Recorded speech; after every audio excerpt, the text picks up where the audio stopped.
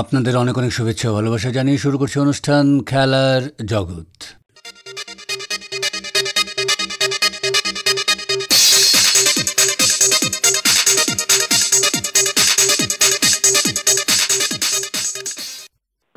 Silchar veteran cricketers club SVCC আয়োজিত BPL season 8 T20 ক্রিকেটে champion হয়েছে শিলচর লায়ন্স। শিলচর জেলা ক্রীড়া সংস্থার সতীন্দ্রমোহন দেব মেমোরিয়াল স্টেডিয়াম মাঠে অনুষ্ঠিত ফাইনালে তারা 5 উইকেটে পরাজিত করে নভোটিয়াস শিলচর দলকে। ফাইনালের পর বিজয়ী শিলচর লায়ন্স দলের অধিনায়ক শ্রমিক দাস আকাশবাণীর প্রতিনিধিকে জানালেন, খুবই খুশি। অবভিয়াসলি এটা টুর্নামেন্ট, এত এনরিচ টুর্নামেন্ট, এটা সব জায়গার প্লেয়াররা, বাইরের থেকে অন্য স্টেট থেকে প্লেয়াররা এসে খেলে, তার মধ্যে থেকে ভিক্টোরিয়াস হওয়াটা খুব বড় কথা। আর আজকে আমাদের ফোর্থ ম্যাচ ছিল, ফোর্থ ম্যাচ আমরা মানে কম্প্রিহেন্সিভলি জিতেছি, তো ওটার জন্য খুব স্যাটিসফাইড টিমকে নিয়ে। কতটা ম্যাচ খেলতে হয়েছে? গ্রুপ লিগে 2টা ছিল, ওখান থেকে টপ টিম সেমিফাইনাল আর তারপরে ফাইনাল, মানে টোটাল 4টা ম্যাচ।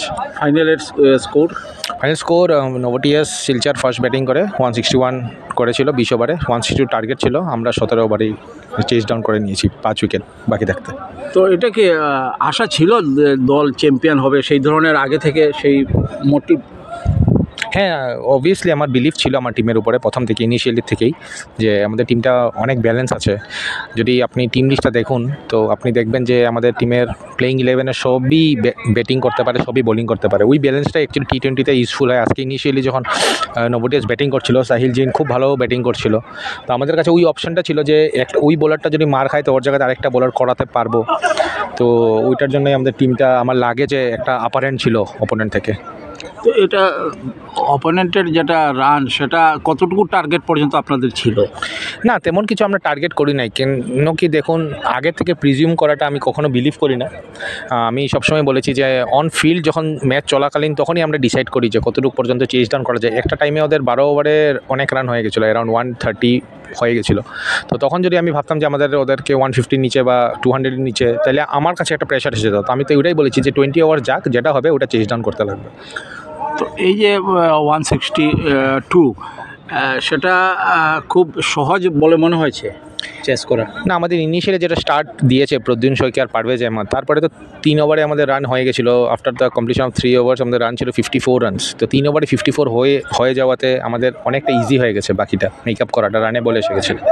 তো আপনাদের দলে মানে অন্যান্য রাজ্যের কতজন বা নামী তারকা কারা ছিলেন? আমাদের টিমের মধ্যে নামী তারকা বলতে আমাদের লোকাল যারা আসাম থেকে খেলছে, পারভেজ মুশারফ ছিল, প্রদ্যুৎন শইকিয়া ছিল, রোহিত সেন ছিল, তারপরে অমিত যাদব, প্রীতম দাস। আর বাইরের থেকে বলতে আমাদের গুয়াহাটির থেকে এসেছিলো ঋতিক চ্যাটার্জি, শুভম চ্যাটার্জি, তারপরে সচিন যাদব। তো ওভারঅল আমরা একটা ভালো ব্যালেন্স টিম বানিয়েছিলাম। এই টিম নিয়ে চ্যাম্পিয়ন হওয়ার স্বপ্ন সেটা আগে থেকে ছিল না, তবু কিছুটা কনফিউশন ছিল? না, কনফিউশন কখনো ছিল না। এভার সিন্স আমরা টিম বানানো স্টার্ট করেছি, আমরা ওইরকমই টিমটা বানিয়েছিলাম যেটা একটা ব্যালেন্স থাকে, ইরেসপেক্টিভ কতটুকু আমরা রান পাই বা আমরা রান দেই, ওটা আমরা প্রেশার কখনো নেইনি। তো এই যে আজকের যেটা ফাইনাল ম্যাচ, এই ম্যাচে আপনার একটা গুরুত্বপূর্ণ ভূমিকা আমরা দেখেছি, একটা হ্যাট্রিক সম্ভবত আছে। না, হ্যাট্রিক না, 4টা উইকেট রয়েছে। এই ব্যাপারে কি বলবেন, সেটা কিভাবে সম্ভব হয়েছে? ইন্ডিভিজুয়ালি দেখুন, সবসময় আমি ট্রাই করেছি যে টিমের জন্য বেস্ট দেওয়াটা। তো ওই সিচুয়েশনে তখন আমার 1 ওভারে 3 উইকেট পেয়ে যাওয়াটাতে আমাদের দিকে আবার মোমেন্টামটা ঘুরে গেছিলো।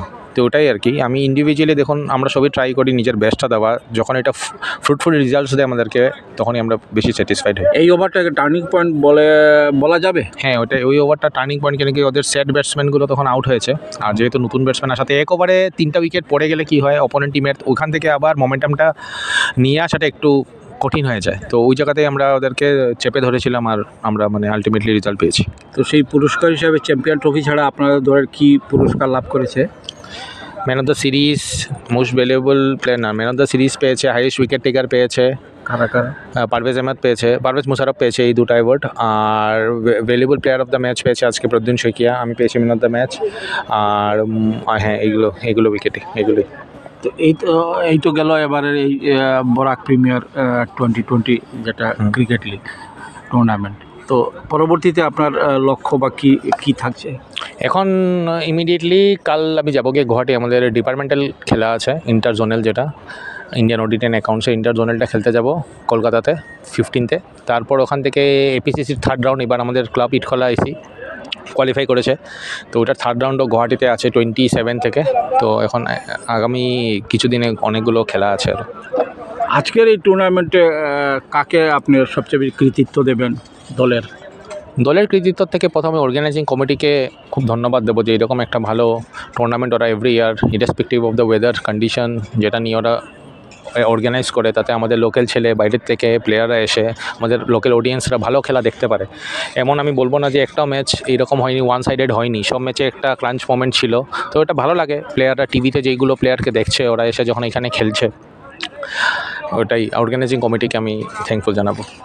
আপনি যেহেতু একজন সিনিয়র ক্রিকেটার, সেদিক থেকে এই যে টুর্নামেন্ট, এই টুর্নামেন্টের মাধ্যমে যারা প্রতিভাবান খেলোয়াড় রয়েছেন, ভবিষ্যতের তারকা বলা যায়, সেক্ষেত্রে সেটা কি মানে একটা ভালো দিক বলে মনে করছেন এই ধরনের টুর্নামেন্ট?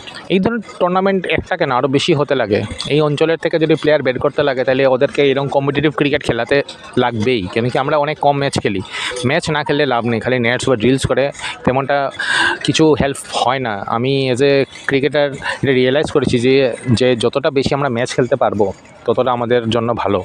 হাইলাকান্দি জেলা তথা বরাক উপত্যকায় মহিলা ফুটবলের অবস্থা নিয়ে আকাশবাণীকে দেওয়া একান্ত সাক্ষাৎকারে ফুটবল কোচ মৃণালকান্তি সিনহা বললেন, বরাক উপত্যকাতে অ্যাকচুয়াল মহিলা ফুটবলের গোড়াপত্তন করেছেন পাকাচাঁদ সিংহ বলে একজন হেডমাস্টার ছিল, উনি প্রথম শুরু করেছেন। তারপর ওনার হাত ধরে আমাদের শিলচরের শিশুতোষ বসাক এবং ইন্দ্রজিৎ সিনহা এবং কীর্ত সুরিন, এই মানুষগুলাই প্রথমে এই মহিলা ফুটবলটা শুরু করেছে। সঙ্গে কালানের এক ভদ্রলোক আছে, আর ওনার নামটা আমার সঠিক আসছে না, আর জ্যোতির্ময় নাথ বলে আমাদের জালালপুরে আছে। তারপর আমি আছি। কিন্তু এখন কথা হলো কোন স্টেজে আছে। যেমন আমাদের আসামে আপার আসাম সাইডে বা অন্য সাইডের, যেমন আমরা তো দক্ষিণ আসামে আছি, কিন্তু এই দক্ষিণ আসামের মধ্যে বিশেষ করে মেয়েরার হাইট গুলো একটু কম থাকে। বিশেষ করে কোকরাঝার, মরিগাঁও বা ডিব্রুগড় এই সাইডের মেয়েগুলোর একটু শারীরিক ফিটনেসটা ভালো থাকে, প্লাস হাইট গুলো ভালো থাকে। সেই কারণে বা কার্বি আংলং এইগুলো জায়গার ছেলে মেয়েরা একটু হাইট বেশি থাকে। সেই কারণে বিশেষ করে মেয়েরার ক্ষেত্রে একটু আমাদের বরাক উপত্যকার মেয়েরা একটু হাইট গুলো কম থাকে, প্লাস ফিজিক্যাল ফাইটিং একটু অসুবিধা হয়। কিন্তু তা সত্ত্বেও যে পুরা যে মহিলা ফুটবল এগিয়ে যাবে বা যাবে না, সেটা কথা নয়, এগিয়ে যাবে। কথা হলো যে কিছু কিছু লোক যারা আছে মহিলা ফুটবলের জন্য কষ্ট করছে, কিন্তু একটা কথা হলো কষ্ট যখন করছেন পলিটিক্স যেন না আসে। এই মেয়েটা আমার সঙ্গে খুব মানে ভালো ব্যবহার করছে, সেটা আলাদা বিষয়, কিন্তু খেলার মাঠে যখন ও মানে ভালো প্রদর্শন করতে পারতেছে না, উনাকে দলে রাখা যায় না আমার মতে। আমার কথা হলো খেলাতে কোনো জাত পাত এইগুলো নেই, যে ভালো তাকে আমি সিলেক্ট করি, আমার চিন্তাধারা এরকম। আচ্ছা, হাইলাকান্দির মেয়ে পুষ্পা ইতিপূর্বে যে এটা বাইরে গিয়ে সুনাম কুড়িয়েছেন, তার ব্যাপারে যদি বলেন। পুষ্পাকে আমি 4 থেকে 5 বছর প্রশিক্ষণ দিয়েছি। পুষ্পা শুধু নয়, মেনকা বৈষ্ণব, নেহা গুরুং, প্রিয়া দেব হুম, এবং অনামিকা, আর সুম্পি দাস, আরো অনেক মেয়ে আছে, সুস্মিতা মালাকার, হুম, খুব ভালো ফুটবলার। হুম, হুম, এবং লালাতেও আছে প্রিয়া দেবী, হুম, হুম, হুম, অনেক ফুটবলার আছে। কিন্তু পুষ্পার ক্ষেত্রে আমি একটা কথা বলি, পুষ্পা প্রথমে কিপিংটা করতে চাইছিল না। হুম, হুম, আমি জোর জবরদস্তি ওকে সবসময় আমি কিপিং করাতে চাইছিলাম, কারণ হুম, ওর ফিজিক্যাল ফিটনেসটা বা ওর বডি স্ট্রাকচারটা একটু ফ্লেক্সিবল, হুম, মুভ করতে পারবে তাড়াতাড়ি।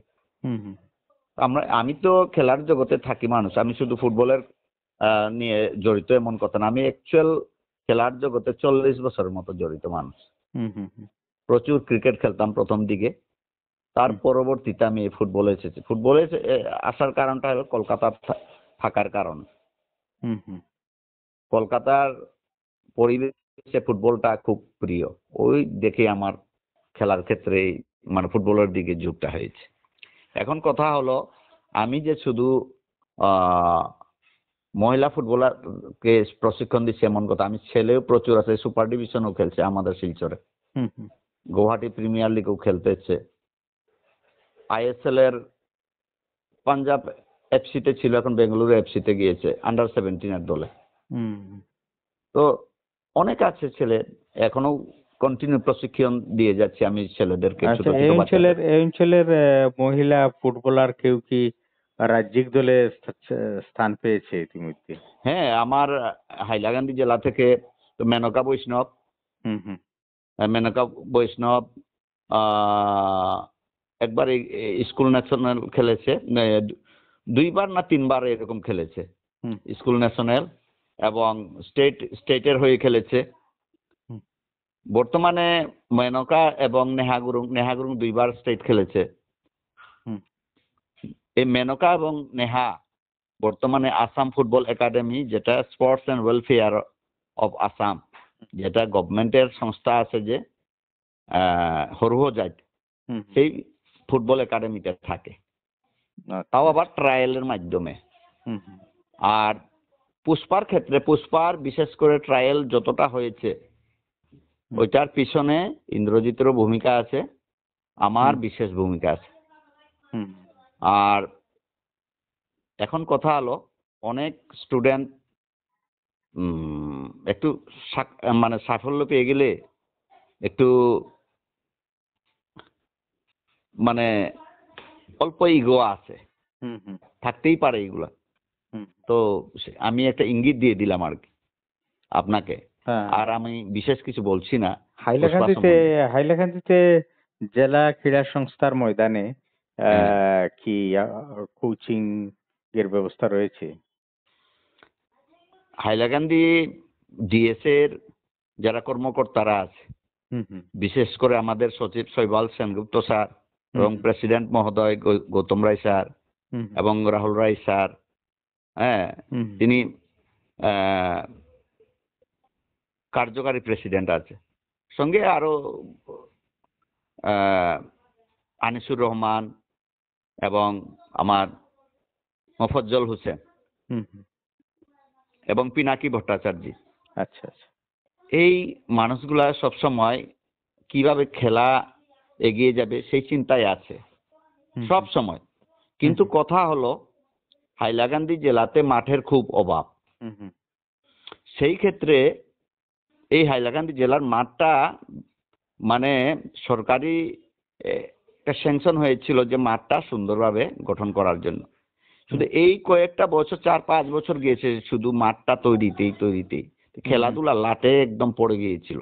হুম, হুম, হুম, কিন্তু তা সত্ত্বেও আমাদের বিশেষ করে সচিব হুম, এবং রাহুল রায়, এই দুইজন, এবং স্যার, পিনাকি ভট্টাচার্য এবং মোফাজ্জল হোসেন সবসময় আমাদেরকে মানে সাহায্য বাড়িয়ে গিয়েছে যে আপনারা যে কোনো উপায়ে হোক খেলাটা চালিয়ে যান।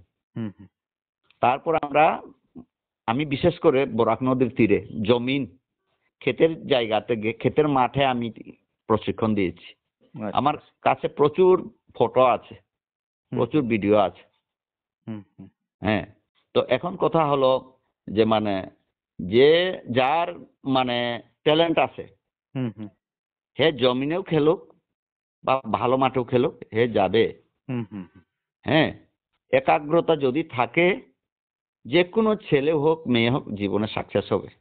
হ্যাঁ আর অবশ্যই। একটা কোচের, ফুটবল কোচের ক্ষেত্রে বা যে কোনো কোচের ক্ষেত্রে তার ছাত্র এবং ছাত্রীরা যখন সাকসেস হয়, হুম হুম। সেটাই জীবনের সব থেকে প্রাপ্তি। সম্প্রতি শ্রীভূমি জেলা ক্রীড়া সংস্থার উদ্যোগে শ্রীভূমি শহরের নীলমণি উচ্চতর মাধ্যমিক বিদ্যালয়ের খেলার মাঠে জেলাভিত্তিক ক্লাব লীগ ভলিবল প্রতিযোগিতা হয়ে গেল। আজ এই নিয়ে শ্রীভূমি জেলা ক্রীড়া সংস্থার ভলিবল শাখার সচিব সিদ্ধার্থ শঙ্কর দে এক সাক্ষাৎকারে আমাদের প্রতিনিধিকে জানান, এবারে আমাদের যে ভলিবল ক্লাব লিগ টুর্নামেন্টটা হয়েছে, টোটাল 14টা টিম পার্টিসিপেট করেছে। 14টা ক্লাব পার্টিসিপেট করেছে। আমরা 4টা গ্রুপে প্রাথমিক লিগ আমরা খেলা করাই। তার থেকে প্রত্যেক গ্রুপ থেকে গ্রুপ চ্যাম্পিয়নরা সুপার লিগে পৌঁছায় এবং সুপার লিগে সবের সঙ্গে সবের খেলা হয়। তার মধ্যে থেকে যারা ভালো খেলে সব ম্যাচ জিতে তারাই চ্যাম্পিয়ন এবং যে সেকেন্ড হয় সে রানার্স আপ হয়। এইভাবেই আমাদের এবারের ভলিবল টুর্নামেন্ট ক্লাব লিগটা সমাপ্ত হয়েছে এবং খুব ভালো টুর্নামেন্ট হয়েছে। অনেক নতুন নতুন প্লেয়ারদেরকেও আমরা পেয়েছি মাঠে। আমরা আশাবাদী আগামীতে ওরা আরও ভালো খেলবে। আমরাও আরও ওদেরকে যখন আরও অন্যান্য টুর্নামেন্টে আয়োজন করব, ওরা যোগদান করবে, আরও যত পার্টিসিপেট করবে তত তাদের খেলা আরও সারভাবে ভালো হবে, এটা আমরা আশাবাদী। অন্য গত 2 বছর সেইভাবে আমরা আয়োজন করতে পারিনি, কিন্তু এই বছর যথেষ্ট ভালো টুর্নামেন্ট হয়েছে এবং আমরা এই টুর্নামেন্টটা করি আমরা নিজেরাও অনেকটা খুশি। যাও ভালো ভালো প্লেয়াররা উঠে আসছে এবং উৎসাহ ছিল অনেকের মধ্যে। টুর্নামেন্টটা হবে, টুর্নামেন্টটা খেলবো এবং আরও ভালো যাতে পারফরমেন্স করতে পারি সেই দিকে প্লেয়াররা নজর ছিল। আমাদের তো ছিলই, যাতে কোনো ধরনের আমাদের ত্রুটি না থাকে। আমরা সাধ্যমতো চেষ্টা করেছি এবং টুর্নামেন্টটা ভালো হয়েছে, সবার কোঅপারেশন আমরা পেয়েছি। তো সেখানে আপনারা কতটি ক্লাব বললেন এবং এদের নামটা বলতে পারেন? 14টা ক্লাব। হ্যাঁ, 14টা ক্লাব এক্স্যাক্টলি সব নাও বলতে পারি, কিছু মনে আছে, যেমন ইউনাইটেড ক্লাব, তারপরে Patharkandi Mantrigram club, Agragami club, NSSA club, Bangashree club, লুবদক, কসমোপলিটন, ফ্রন্টিয়ার, আরও কিছু ক্লাব আছে। সব এক্স্যাক্টলি আমি মনে করতে পারছি না। সব ক্লাব পার্টিসিপেট করেছে, ভালো খেলেছে, প্রত্যেকটা টিমই ভালো খেলেছে। প্রতিদ্বন্দ্বিতা হয়েছে খেলায়, এক পাশে যে ম্যাচ এটা হয়নি, এটাই ভালো লক্ষণ। ভালো প্রত্যেক টিমে যদি ভালো প্লেয়ার থাকে তখন কম্পিটিশনটা হয়, দেখতেও ভালো লাগে, ম্যাচটা উপভোগ্য হয়। তো এইভাবেই হয়েছে এবার। তো সেটা কি জেলাভিত্তিক ছিল ক্লাব? জেলাভিত্তিক, পুরোপুরি জেলাভিত্তিক। তো সেখানে জেলা বলতে মানে আমাদের জেলাতে বদরপুর অঞ্চল বা দুর্লভচড়া অঞ্চল বা রামকৃষ্ণনগর অঞ্চল? হ্যাঁ, রামকৃষ্ণনগরের টিমও ছিল। রামকৃষ্ণনগর বলতে মনে পড়লো, রামকৃষ্ণনগরের একটা টিম ছিল, তারাও এসেছিল, খেলেছে, ভালো খেলেছে। একটা নতুন ক্লাব এবার পার্টিসিপেট করেছে, লঙ্গাই রোডের Vivekananda cultural and sports organisation, তারাও খেলেছে, ভালো খেলেছে। ভাঙ্গার সাইডের টিম ছিল, ভাঙ্গা মানে এই ভাঙ্গা বদরপুর এরিয়া নিয়ে। দুর্লভচড়ার ওই দিকেরও টিম ছিল, আরকেনগরের টিম ছিল, পাথারকান্দির অঞ্চলের টিম ছিল। সব দিক মিলিয়ে টিমগুলো এবার পার্টিসিপেট করেছে এবং খেলার যথেষ্ট ভালো হয়েছে। কালীগঞ্জেরও টিম ছিল। তো সেখানে ফাইনাল কাদের মধ্যে অনুষ্ঠিত হয়েছিল? ফাইনাল অ্যাকচুয়ালি গ্রুপ লিগে ফাইনাল হয়নি, কিন্তু এমন পর্যায়ে গেছে, লাস্ট ম্যাচটাই ফাইনাল পর্যায়ে ছিল এবং ওখানে চ্যাম্পিয়ন হয়েছে মন্ত্রীগ্রাম পাথারকান্দির, ওরাই চ্যাম্পিয়ন হয়েছে। তো সেখানে শহরের এই খেলাতে শহরের দাপট, গ্রামের দাপটটা বেশি দেখা গেছে, তাই কি? আসলে ভলিবল এখন চর্চাটা শহরে প্রায় নাই বললেই চলে। হ্যাঁ, শহরের যে ভিত্তিটা ছিল স্কুল টুর্নামেন্ট বা কলেজ টুর্নামেন্ট, এটা তো আমরা করে উঠতে পারিনি। আমরা নানান প্রতিকূলতা আছে, সবথেকে বড় প্রতিকূলতা হলো আমাদের এই মাঠের সংকুলতা, মাঠ আমরা পাই না। হ্যাঁ, আমাদের ভলিবল খেলার যে পরিসর লাগে সেটা আমাদের হাতে নেই। আমরা নানানভাবে চেষ্টা করি, যখনই কোনো একটা গ্যাপ পাওয়া যায় তখন ওই গ্যাপেই আমরা টুর্নামেন্টটা আমরা করিয়ে নিতে চেষ্টা করি।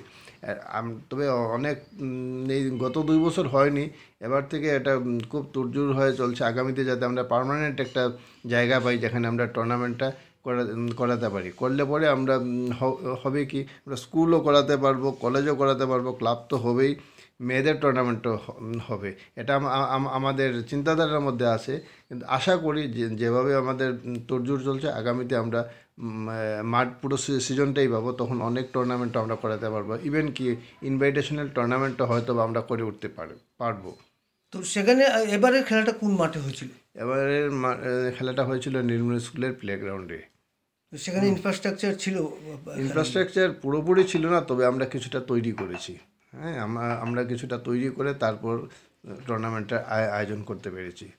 আর ইন্টারন্যাশনাল লেভেলে বা স্টেট লেভেলে যে ধরনের সারফেস লাগে এটা আমাদের কাছে নেই। এটা যদি আমরা অপেক্ষা করি তাহলে এখানে আর কোনো টুর্নামেন্ট করাই আমাদের পক্ষে সম্ভব হবে না। তো আগামীতে এটা নিয়ে আপনারা চিন্তা ভাবনা? হ্যাঁ, চিন্তাধারা আছে। এবার পুরো ডিএসএই এ ব্যাপারে আগ্রহ দেখিয়েছে এবং যথেষ্ট তারাও খোঁজাখুঁজি করছে, চেষ্টা করছে যাতে বিকল্প কোনো মাঠ আমরা তৈরি করতে পারি বা পাওয়া গেলে আমরা তৈরি করতে পারবো, তখন খেলাটা আরও স্মুথ হবে, সুন্দর হবে। এবং আগামীতে ভলিবলের উপর কি প্রশিক্ষণের কোনো ব্যবস্থা নেওয়া হচ্ছে? যতদিন পর্যন্ত না আমাদের নির্দিষ্ট কোনো একটা মাঠ আমরা পাই, ততদিন পর্যন্ত আমরা প্রশিক্ষণ সেইভাবে দিতে পারবো না। আমরা আগেও আমরা প্রশিক্ষণ করিয়েছি, তবে সেটা স্বল্পমেয়াদী। 15 দিনের জন্য আমরা বাইরে থেকে কোচ আনিয়ে তারপর আমরা করেছি। কোচটা আবার আসাম ভলিবল অ্যাসোসিয়েশনের অ্যাফিলিয়েটেড যারা প্রশিক্ষণপ্রাপ্ত কোচ যারা তাদের আন্ডারে চলে, এবং সেইভাবে আগেও করেছি, আগামী তো সেইভাবে আমরা করব বলে আমরা একটা চিন্তাধারা আছে। তো এবারের লিগে আপনাদের প্রাইজ মানি বা ট্রফি কী ছিল? ট্রফি তো running trophy doctor Shamsuddin Chowdhury Memorial ট্রফিটা ছিল, আর সঙ্গে প্রাইজ ছিল। ফার্স্ট প্রাইজ সম্ভবত 5,000 টাকা, সেকেন্ড প্রাইজ 3,000 টাকা, আর প্লেয়ার অফ দ্য টুর্নামেন্টের প্রাইজটাও ছিল। তো প্রতি ম্যাচেই কি আপনারা ম্যান অফ দ্য ম্যাচ? না, প্লেয়ার অফ দ্য টুর্নামেন্ট হয়। আচ্ছা, প্রতি ম্যাচেই হয় না। ম্যান অফ দ্য ম্যাচ যেটা ক্রিকেটে যেটা আমরা দেখতে পাই সেটা না। তো আমাদের এলাকায় মেয়েদের ভলিবল নিয়ে কী চিন্তা ভাবনা রয়েছে আপনাদের? মেয়েদের ভলিবল নিয়ে চিন্তাধারা আছে অনেক। জায়গায় আমরা গিয়েছিলাম এবং গিয়ে মেয়েদেরকে সঙ্গে কথা বলেছি, তারাও আগ্রহ দেখিয়েছে এবং কিছু মেয়েরা প্র্যাকটিস শুরু করেছে। হ্যাঁ, তবে সেই পর্যায়ে এখনও পৌঁছতে পারেনি। এটা তো কোনো দিন তারা স্টার্ট করেনি, জাস্ট ইনিশিয়াল স্টেজ। 1 বছর যদি প্র্যাকটিস করতে পারে, আশা করি আগামীতে ওরা ভালো খেলবে। এক সময় করিমগঞ্জে কিন্তু ভলিবলের একটা নজির ছিল। হ্যাঁ, তো সেক্ষেত্রে এইগুলো পিছিয়ে কেন? আসলে পিছিয়ে ঠিক আমি এটা মানতে চাই না। ইদানিংকালে যেটা দেখা গেছে, গোটা করিমগঞ্জেই ডিএসএর আন্ডারে যেগুলো খেলা হয়েছে, আগে যতটুকু টুর্নামেন্ট হতো তার থেকে অনেক বেশি পরিমাণ টুর্নামেন্ট হয়। সব টুর্নামেন্ট মিলিয়ে, শুধু ভলিবল না, cricket, volleyball, football, athletics, badminton, সব খেলাধুলার একটা নতুন করে পরিবেশ তৈরি হয়েছে। একটার পর একটা টুর্নামেন্ট চলতেই থাকে, যে কারণে আমাদের যে বারবার বলি আমাদের মাঠের সংকুলতা। গভর্নমেন্ট স্কুলের মাঠ আমরা পাই না, কারণ ক্রিকেটের খেলা তো আছেই। হ্যাঁ, ক্রিকেট তো অনেকটা গ্রুপে খেলা হয়। তাছাড়া আছে বাইরের যেগুলো টুর্নামেন্ট হয়, ইন্টার ডিস্ট্রিক্ট টুর্নামেন্ট এশিয়ার আন্ডারে, সেটা করিমগঞ্জে করতে গেলে মাঠ আগে থেকে এটা যত্ন করে তৈরি করতে হয় এখানে। আর ভলিবল খেলা করতে গেলে গভর্নমেন্ট স্কুলের মাঠে যদি আমরা কোনো সময় করাতে যাই, ঘাসগুলো উঠিয়ে নিতে হবে, এবং ঘাস উঠালে তখন অন্য আর কোনো টুর্নামেন্ট করা যায় না। এই যে সমস্যাটা, এটা যারা প্র্যাকটিক্যালি মাঠে থাকে তারা এটা বুঝতে পারবে। ক্রিকেট বা অন্য টুর্নামেন্ট করাতে গেলে মাঠে ঘাসের প্রয়োজন, কিন্তু ভলিবল ঘাসে হয় না, ঘাস ছাড়া করতে লাগে, ক্লে কোর্টে করতে লাগে। তো এই যে ব্যাপারটা, এটার জন্য আমরা গভর্নমেন্ট স্কুলের মাঠটা ব্যবহার করতে পারি না, এবং বিকল্প যে মাঠ আছে আরও স্কুল টুর্নামেন্ট আছে, স্কুলের ফেস্টিভ্যাল আছে, সবাইকেও তো সুযোগ দিতে হবে। শুধু আমাদের ডিএসের কথা চিন্তা করলে হবে না। নীলমণি স্কুলের মাঠটা সচরাচর দেখা যায় এই উইন্টার সিজনে প্রত্যেক স্কুলের একটা টুর্নামেন্ট থাকে, তাদের একটা খেলার পরিবেশের দরকার, একটা মাঠের দরকার। আজকে যদি আমাদের স্কুলের ছেলেমেয়েদেরকে আমরা আমাদের টুর্নামেন্ট নিয়ে ব্যস্ত থাকি, ওদেরকে সুযোগ না দিই, তাহলে আগামীতে ঠিক আছে আমাদের ডিএসের আন্ডারে খেলা হবে, ঠিক আছে, কিন্তু স্কুলের ছেলে মেয়েরা যদি মাঠে না আসে তাহলে প্লেয়ার কোনো দিন বেরোবে না, যে কোনো ইভেন্টের হোক। সেই চিন্তাধারা করে নীলমণি স্কুলের মাঠটাকে এইভাবে রাখা হয়েছে। আমরা তার মধ্যে আমি বলবো আমরা ভাগ্যবান যে আমরা নীলমণি স্কুলের মাঠটা এই ব্যস্ততার মধ্যে আমরা পেয়েছি কিছুদিনের জন্য, এবং আমরা একটা টুর্নামেন্ট করাতে পেরেছি। এবং আগামীতে আমাদের চিন্তাধারা আছে, এটা আমাদের আমাদের পুরো ডিএসএ, যে আমরা যদি পার্মানেন্টলি একটা জায়গা আমরা পেয়ে যাই, কথাবার্তা চলছে, কতটুকু আগামীতে হবে জানি না, আমরা চেষ্টা চলছে, যদি হয়ে যায় তখন পার্মানেন্টলি আমরা একটা ভলিবলের মাঠ আমরা তৈরি করতে পারবো। তখন সেখানে আরও ভালো ভালো টুর্নামেন্ট আমরা ইনভাইটেশনাল টুর্নামেন্টও করাতে পারবো, এবং লোকাল টুর্নামেন্ট তো হবেই। এতে খেলাধুলার মান অনেক বাড়বে। যখনই বাচ্চারা খেলাধুলার সুযোগ পাবে তখন তাদের মধ্যে একটা প্রতিদ্বন্দ্বিতা হবে, এবং ভালো খেলার একটা চিন্তাধারাও আসবে। এবং এটা যদি আমরা করতে না পারি তখন সেই ভালো খেলোয়াড় বা ভালো খেলার যে একটা পরিবেশের সেটা তৈরি হবে না। খেলমোহরেনও ভলিবলের একটা প্রতিযোগিতা রয়েছে, সেক্ষেত্রে আমাদের জেলার এবারের রেজাল্টটা কি? হ্যাঁ, খেলমোহন যে প্রজেক্টটা সরকার নিয়েছে এটাকে আমি সাধুবাদ জানাই। খুবই সুন্দর প্রচেষ্টা সরকারের তরফ থেকে, এবং ওই টুর্নামেন্টে ভলিবলও ছিল, এবং ভলিবল যে খেলা হয়েছে আমরাও গিয়েছি, আমাদেরকে আমন্ত্রণ করা হয়েছে, আমরাও গিয়েছি। এটা সুন্দর একটা নতুন প্লেয়ারদেরকে সুযোগ দেওয়ার একটা খুব ভালো প্ল্যাটফর্ম, এবং এখান থেকেও কিছু কিছু প্লেয়ার আমাদের নজরে পড়েছে, এবং আমাদের এই এবারের লিগেও এখান থেকে এসে কয়েকটা প্লেয়ার খেলেছে। ভালো ভালো প্লেয়ার যারা ওখানে নজর পড়েছে, অন্য ক্লাবরা ওদেরকে পিক আপ করেছে, এবং টুর্নামেন্টে ওদেরকে আমরা পেয়েছি। ভালো জিনিস, এটা খুবই ভালো সরকারের পদক্ষেপ, এবং এটার মাধ্যমে যে প্রত্যেক জেলারই খেলার মান আরও বাড়বে বলে আমি মনে করি। তো আগামীতে আমাদের জেলাতে এই ভলিবল খেলার মানটা এই খেল মহারণের মধ্যে দিয়ে বাড়বে বলে আপনি?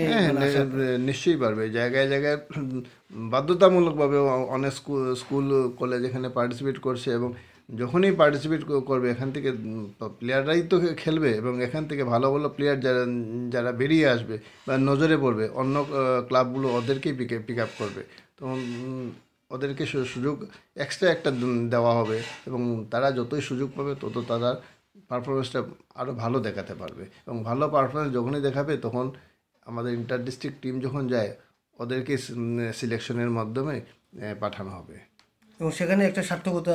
হ্যাঁ, নিশ্চয়ই এখানে যদি ভালো খেলতে পারে তাহলে তো আগামীতে আরও বড় প্ল্যাটফর্ম তাদের জন্য অপেক্ষা করছে।